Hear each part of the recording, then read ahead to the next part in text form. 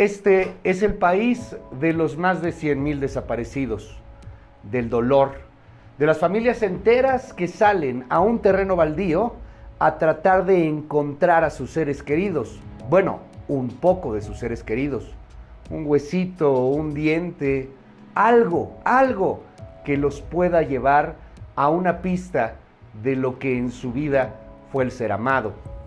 Este también es el país donde el presidente López Obrador está más preocupado por presionar a Washington a que sean invitados los dictadores latinoamericanos, en donde parece que el presidente ha jugado ya su puesto. Y este también es el país que le tiende la mano a los médicos cubanos mientras desprecia la ciencia y el neoliberalismo y acusa a la Universidad Nacional Autónoma de México hasta de neoliberal. Bienvenidos. Esto es Punto Cero. Yo me llamo Luis Cárdenas. Comenzamos.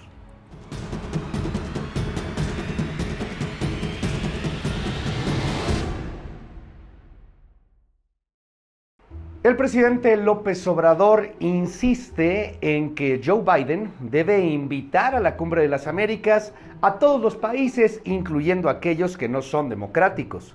López Obrador ha tomado ya un partido en las dictaduras latinoamericanas. Considera que Nicaragua, Venezuela o Cuba deben tener el mismo derecho que las democracias e insiste en que el presidente Joe Biden haría historia si extiende la mano hacia los dictadores latinoamericanos. Yo considero que es necesario un cambio en la política exterior del mundo. Ya no es posible seguir, en el caso de América, con la doctrina Monroe, ni con la consigna de que América para los americanos. Es el momento de inaugurar una etapa nueva en la relación de los países de nuestro continente, de nuestra América. Iniciar una política nueva y le tengo confianza al presidente Biden. Y tengo ese sueño de que en Los Ángeles nos unamos todos. La presión del presidente López Obrador a los Estados Unidos ha tenido un efecto importante en América Latina. Por ejemplo, en Chile va a asistir el presidente Boric. Sin embargo, lo hará un tanto bajo protesta. Algo similar hará Alberto Fernández allá en Argentina. Quien quizá de plano no vaya es el presidente de Bolivia, Luis Arce, y en una de esas hasta la presidenta de Honduras, Xiomara Castro. Quien de plano rechazó pisar territorio norteamericano fue el dictador Daniel Ortega, aunque realmente él es el problema. A él no lo quieren invitar, ni a él, ni a Nicolás Maduro, ni a Díaz-Canel. Pero ¿qué es lo que sí ha sucedido? A raíz de la presión del presidente López Obrador, el gobierno de Biden ha estado levantando algunas sanciones a los países dictatoriales. Por ejemplo, a partir de esta misma semana, se han reanudado los vuelos de los Estados Unidos hacia Cuba y se ha elevado el límite para enviar remesas. En el caso de Venezuela, la cosa es todavía más interesante, porque Estados Unidos está levantando las restricciones para que petroleras norteamericanas puedan acudir a Venezuela y extraer petróleo. Esto, claro, bajo el auspicio del dictador Nicolás Maduro, que imagínese usted, le apostaría a la inversión privada en su propio país. Es el mundo al revés. Mientras todo esto sucede, Biden envió a su ex senador, Christopher Dodd, el encargado de llevar la Cumbre de las Américas a la realidad, a hacer una teleconferencia con el presidente López Obrador. Saliendo de ese encuentro, Marcelo Ebrard presumió un éxito en la reunión.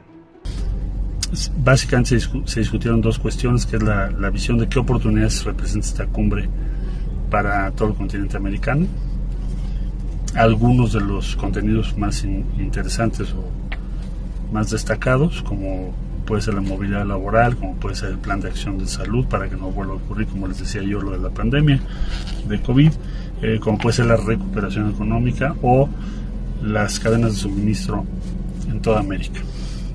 La segunda parte o el segundo contenido importante es respecto a la invitación a todos los países del continente, sin exclusión de nadie. El presidente López Obrador explicó cuáles son los conceptos, su idea de por qué esto debe ser así, que no debe haber exclusiones, que debemos entrar a una nueva etapa histórica, sentar las bases de una nueva relación. Mientras tanto, cada vez comienza a haber más y más y más voces apostando a que Joe Biden podría inclusive terminar por posponer o en una de esas hasta cancelar la Cumbre de las Américas. Y es que, por ejemplo, el presidente de Brasil, Jair Bolsonaro, tampoco piensa asistir a la cumbre, dadas las diferencias con los Estados Unidos y particularmente dado el problema electoral en el Brasil, en donde para octubre es muy probable que el enemigo acérrimo de Bolsonaro, Luiz Inácio Lula da Silva, asuma el poder. Yo soy Luis Cárdenas, te invito a que me sigas en @LuisCárdenasMX. Esto es Punto Cero. Regresamos.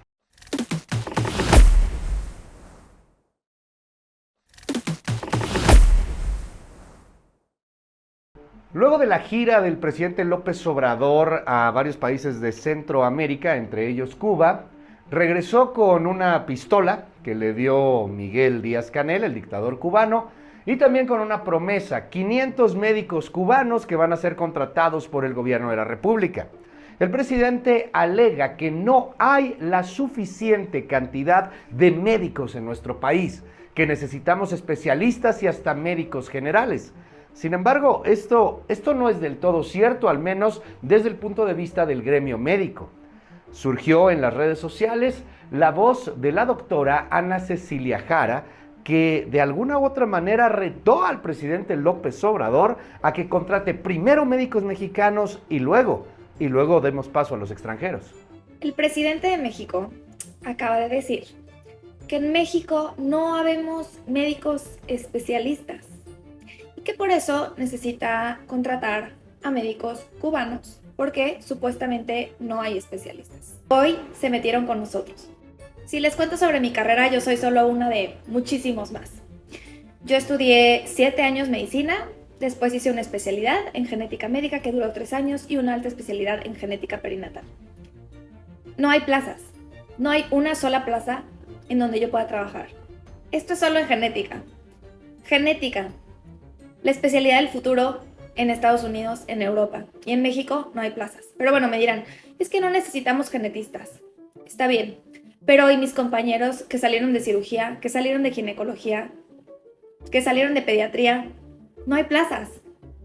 Dice el presidente que las plazas están en zonas rurales.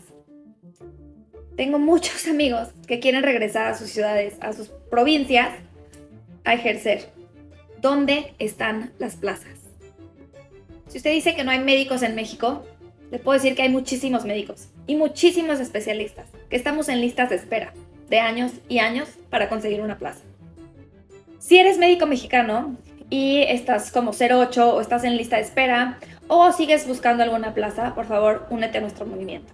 Aquí estamos los médicos mexicanos. Puedes llenar el formulario en nuestra página de internet para que el presidente sepa dónde estamos, cuántos somos, a qué nos dedicamos y dónde urge abrir plazas. ¿Hay talento en México? Claro que lo hay. Ya vemos muchísimos médicos que estamos buscando un trabajo. Y el video de la doctora Jara tuvo consecuencias importantes.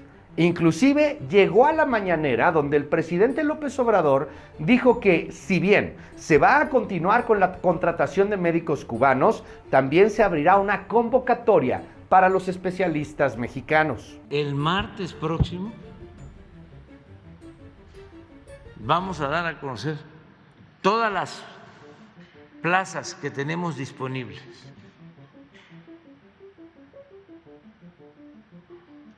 En todos los lugares donde hacen falta médicos.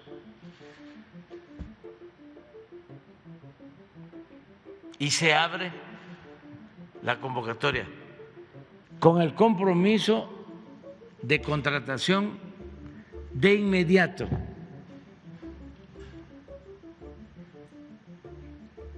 A todos los médicos.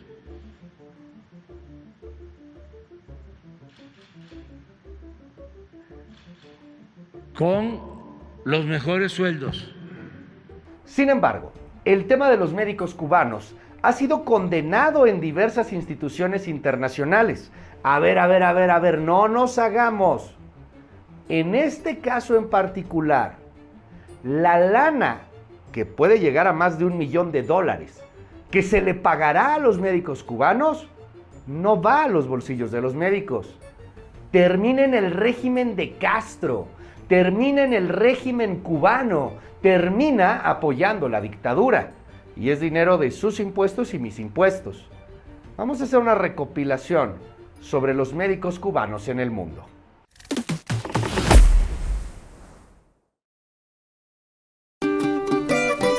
Luego de su gira por Cuba, el presidente López Obrador reveló que su gobierno contrataría 500 médicos cubanos para acabar con el déficit de especialistas que aseguró existe en nuestro país. Vamos también a contratar médicos de Cuba que van a venir a trabajar a nuestro país. Esta decisión la tomamos porque no tenemos los médicos que necesitamos en el país. La decisión del mandatario provocó la reacción del Colegio de Medicina Interna de México, así como de especialistas quienes expresaron su descontento y lanzaron una enérgica protesta. Cada vez que se quejan amargamente de que los médicos no quieren ir a trabajar a poblaciones lejanas a la sierra, por supuesto que no. Tú no quieres arriesgar a tu familia por 12,000 o 20,000 pesos mensuales en una zona en donde el narco te va a acosar, en donde tienes un consultorio donde te faltan cosas. No, que les den las condiciones de trabajo. Eso es formar un sistema de salud y que les den además un salario digno. Además, recordaron lo ocurrido en nuestro país en 2021, cuando el INSABI pagó $6.2 millones por la contratación de especialistas cubanos que ayudarían a combatir la pandemia de coronavirus en hospitales de la Ciudad de México. Pese a que en años anteriores, en 2019, relatores de la ONU denunciaron que los doctores que formaban parte de las misiones internacionales de la isla eran víctimas de una especie de esclavitud moderna. En ese entonces, se recabaron 110 testimonios de médicos que desertaron de dichas misiones y que narraron los abusos a los que fueron sometidos por las autoridades cubanas, debido a que sus sueldos eran confiscados y sus familias obligadas a quedarse en la isla para evitar su huida. En Venezuela nosotros fuimos a una misión que no sabíamos prácticamente nada de qué iba a pasar ni para dónde íbamos a ir. Ya de hecho ahí fue una violación porque no nos explicaron, no nos dieron condiciones. Fuimos como si fueran presos, como dice el relator Bruselas, ganados para un matadero. Mi salario estaba confiscado en Cuba, o sea, estaba confiscado, no congelado. Si yo no volvía de la misión, ese salario nadie ya trabajaba por mí, no podía recibir dinero. Las brigadas médicas internacionales comenzaron a movilizarse al poco tiempo del triunfo de la Revolución Cubana en 1959, primero en Chile, durante el terremoto más poderoso registrado en la historia de la humanidad en 1960, y posteriormente alrededor del mundo. Se habla que a la fecha unas 50,000 misiones han brindado sus servicios en por lo menos 70 países de todos los continentes. De acuerdo con el Ministerio de Comercio de Cuba, la exportación de servicios médicos es la principal fuente de divisas en ese país, por arriba del azúcar, el tabaco, el níquel, el turismo y las remesas. Por lo anterior, las críticas hacia el presidente López Obrador se han reavivado, incluso desde Estados Unidos, en voz del senador republicano de origen cubano, Marcos Rubio. Está claramente establecida, el propio Departamento de Estado lo ha encontrado, de que los médicos cubanos que están utilizando en otros países es una forma de esclavitud. Esto ha sido documentado y que México esté utilizando este programa, yo pienso que es una violación del nuevo acuerdo económico entre México y Estados Unidos, un tratado de libre comercio. Es una violación y eso se debe investigar. Pese a lo anterior, López Obrador hace oídos sordos e insiste en que en nuestro país no hay médicos. Sin embargo, especialistas en el sector salud tienen otros datos, pues aseguran que en México cerca de 52,000 galenos no tienen empleo. Lo tenemos analizado y no tenemos especialistas para ir a trabajar en hospitales, en las zonas más pobres, más apartadas. Están las convocatorias abiertas. Si usted dice que no hay médicos en México, le puedo decir que hay muchísimos médicos y muchísimos especialistas, que estamos en listas de espera de años y años para conseguir una plaza. Para la primera emisión de MBS Noticias, Diana Alcaraz.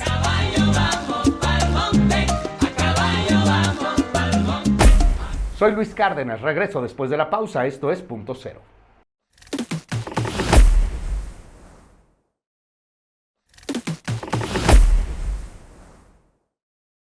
Al gobierno de la doctora Claudia Sheinbaum terminó por secársele la emblemática palma que daba nombre a la glorieta en Reforma, la glorieta de la Palma.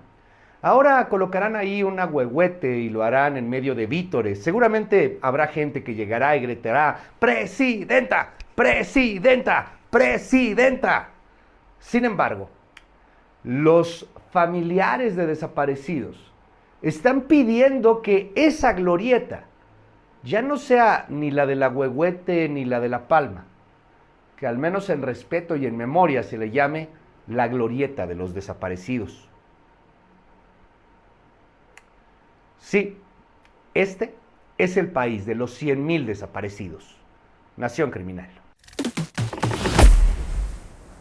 Aunque la población más joven no lo recuerde, hubo una vez un México en el que las personas desaparecidas no eran una pesadilla desesperadamente real. Ese México existió hace poco. En 1990, por ejemplo, apenas se registraron 5 personas desaparecidas. Y en el 2000, cuando el país entró al siglo XXI y llegó la transición democrática, solo 48. Luego, el primer sexenio no priista llegó a su fin con una noticia de primera plana. Vicente Fox, el presidente del cambio, dejaba Los Pinos con 95 casos de desaparecidos sin resolver. Rosario Ibarra de Piedra, la hoy fallecida fundadora del Comité Eureka, calificó ese número como una tragedia, una palabra que los mexicanos aprenderíamos a estirar hasta límites inhumanos en los próximos años. Los números de la Comisión Nacional de Búsqueda de la Secretaría de Gobernación marcan con precisión en qué momento el país se salió de control. En 2006, las personas desaparecidas y no localizadas se contabilizaban en 338. Vino entonces la declaratoria de la guerra contra el narco que lanzó el presidente Felipe Calderón y un año más tarde la cifra explotó a 1,504, es decir, un aumento de 345%. La militarización de la estrategia de seguridad tenía como promesa abatir la incidencia delictiva y mejorar la percepción de paz en el país. Con el tiempo nos daríamos cuenta de que la guerra contra el narco fue como querer apagar un incendio con cubetas de gasolina. A una crisis de violencia le sumamos una crisis de violaciones de derechos humanos. El país comenzó a escuchar de mujeres jóvenes que no regresaban a casa y cuyas pistas para encontrarlas eran devoradas por prostíbulos protegidos por hombres con armas largas. Adultos jóvenes que se desvanecían como si sus huesos fueran de humo, luego de asistir a una fiesta o manejando de vuelta a su hogar. Los afiches en las calles con rostros de personas ilocalizables que se parecían a nuestros hermanos, sobrinas, madres, colegas de trabajo, comenzaron a aparecer discretamente en nuestros estados, nuestros municipios, nuestras colonias, hasta que un día aparecieron en nuestras calles. Aunque el horror apretó el cerco a nuestro alrededor, el país no hizo nada. Las personas desaparecidas, creíamos, era algo que le pasaba a otros, al vecino misterioso, al familiar lejano del cual solo se hablaba en ciertas ocasiones, al compañero de trabajo que no conocíamos bien. Mientras el dolor fuera ajeno, no nos importó.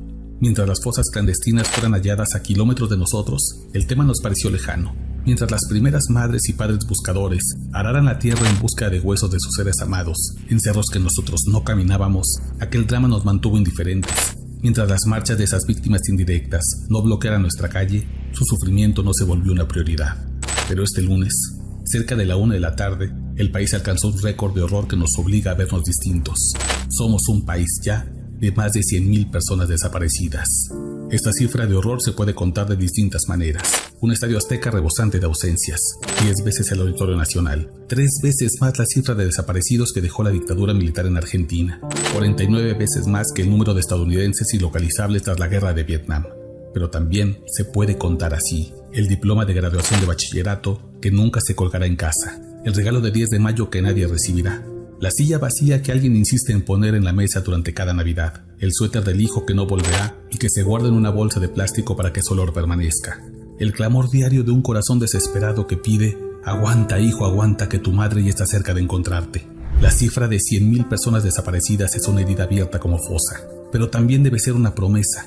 Si ese dolor lo adoptamos como colectivo y nos conmovemos con cada ausencia como si fuera nuestra, existe la esperanza de volver a ese México en el que las personas desaparecidas no eran una pesadilla desesperadamente real.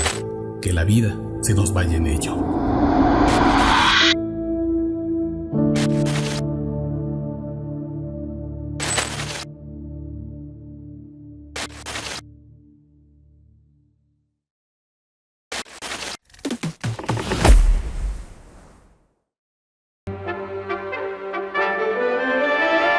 Hola Luis, feliz día a ti y a todos los cinéfilos que escuchan la sección de cine. Hoy quiero hablar de una película que más que ser una ficción, pareciera más bien un doloroso documental debido a lo desgarrador del tema, la desaparición forzada, el secuestro y el feminicidio, que ya es una situación que el gobierno está normalizando cada día, apostando al olvido con el tiempo.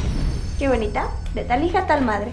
No quiero que te tardes. Me refiero a la película de la directora rumana Teodora Miai llamada La Civil, que tiene a una Arcelia Ramírez en una de sus actuaciones más intensas y perfectas de toda su carrera al interpretar a la señora Cielo, a quien le secuestran a su hija y pese a que paga el rescate y hace todo lo que los halcones y delincuentes le ordenan, nunca vuelve a saber de ella. El personaje de Cielo está basado en una buscadora real en Durango y en varias historias contadas por varias madres que a la fecha siguen buscando a sus hijas e hijos en un país donde los que se dedican a destruir vidas de familias y matar mujeres de cualquier edad se les protege y a las víctimas se les pide comprender a los delincuentes porque son seres humanos, los pobrecitos. Regresemos a la película. La interpretación de Arcelia desde las primeras secuencias hasta el final es un impactante crescendo que transforma a la ama de casa promedio en una madre desesperada hasta convertirse en una incansable buscadora que pasa por encima de la apatía de las autoridades, del miedo por ayudarla de la sociedad que la rodea, del silencio de los cómplices y del cinismo y soberbio de los criminales, de los delincuentes y de todos aquellos que se sienten los dueños de los sitios donde han establecido sus reinados de terror y asesinato. Acompañan a Arcelia Ramírez el actor Álvaro Guerrero como el esposo de Cielo y padre de la niña desaparecida, Eligio Méndez, que fue ganador de un Ariel por esta extraordinaria película llamada Sueño en otro idioma, y a un extraordinario Juan Daniel García, que fue el protagonista de la película Ya no estoy aquí, como el cínico secuestrador apodado El Puma. La Civil es una película dura que cuesta trabajo ver porque, como dije al principio, en este país hemos convertido la ficción en una realidad de todos los días y que afecta a miles de familias en todo lo largo y ancho de este país. Lo curioso es que cuando fue filmada, en el país existía la promesa de un cambio al llegar un nuevo partido. Por eso es de una evidencia inocente que en la película resalten los logotipos del PRI y del PAN como presuntos culpables en sus respectivos sexenios, que algo hay ahí, y que no haya aparecido el de Morena, que al final no ha cumplido con la promesa de bajar la tasa de secuestro y feminicidio, y por el contrario, va a la alza aterradoramente. La Civil es una película que hay que ver con un carácter templado y muy buen estómago debido a la crudeza de las imágenes y lo real del tema. Una película de impecables actuaciones y que estoy seguro que será una contendiente en los siguientes premios Ariel. No por nada, Arcelia Ramírez recibió una ovación de 10 minutos en Cannes. Mi nombre, Saúl Arellano, pero me pueden encontrar en redes sociales como Saúl Montoro, en Facebook, Instagram y Twitter. Y nos oímos la próxima semana. Por cierto, La Civil es estreno nacional en todo México. Muchísimas gracias por estar con nosotros. Pásela muy bien. Lo espero de lunes a viernes en punto de las 6 en MBS Noticias. Yo me llamo Luis Cárdenas. Cuídese mucho. Bye bye.